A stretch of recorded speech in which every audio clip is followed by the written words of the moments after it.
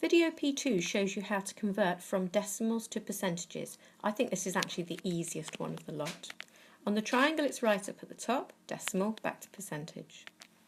Now when we did percentages to decimals in P1 we had to divide by 100. We're doing the opposite or the inverse here. So the inverse of dividing by 100 is timesing by 100. So you can do that all in one jump, or you can do times 10 and then times 10, whichever suits you. Both of those would work. Maybe I'll do one of each. Okay, here 0.23. If I do the times 10 times 10, first of all if I times by 10 I'll get 2.3, then if I times by 10 again I get 23. So there's my answer, 23%.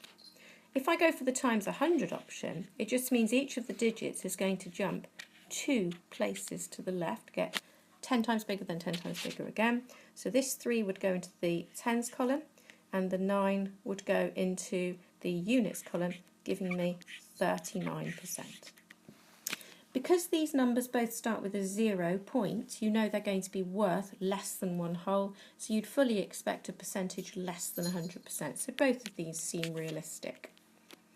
For these two, you just have extra digits on the end. So again, you still times by 100.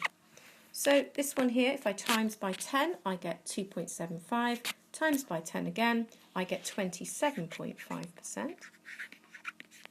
And this one at the bottom, 0.3975 times by 10, I'll get 3.975. Times by 100, 39.75%.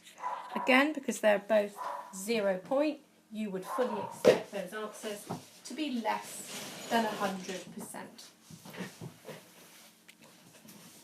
This one can be a bit sneaky. If you're given 0.2, as it says up here, you need to put a placeholder at the end just to remind yourself that it's actually 20%. So move your 2 places and that will give you 20%. Here we have got two numbers where they don't have a 0 point, they are worth more than 1, so you will fully expect an answer that's greater than 100%.